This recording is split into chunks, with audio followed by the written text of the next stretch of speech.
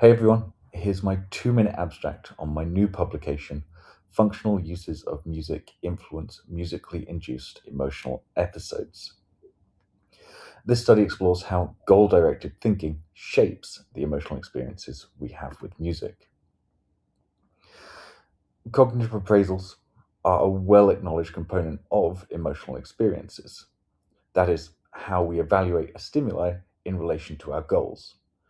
Yet, how cognitive appraisals influence emotional episodes induced by music has received limited attention in music psychology. This study aims to fill that crucial gap by investigating the interplay between personal objectives, goals, and musically induced emotions.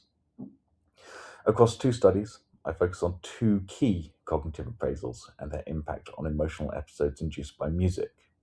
Goal relevance, how important a goal is in a given situation, and goal congruence, how well a stimuli, the music in this case, fits the goal. The first experiment, I selected several common everyday functions of music, essentially listeners' goals, and identified musical excerpts that were more or less appropriate for those functions. And this extends previous research that has shown music can be more or less appropriate for arousal based functions, that is, for example, to relax, and it adds that this is true for more cognitive and social functions too, such as to forget the world or to take my mind off things.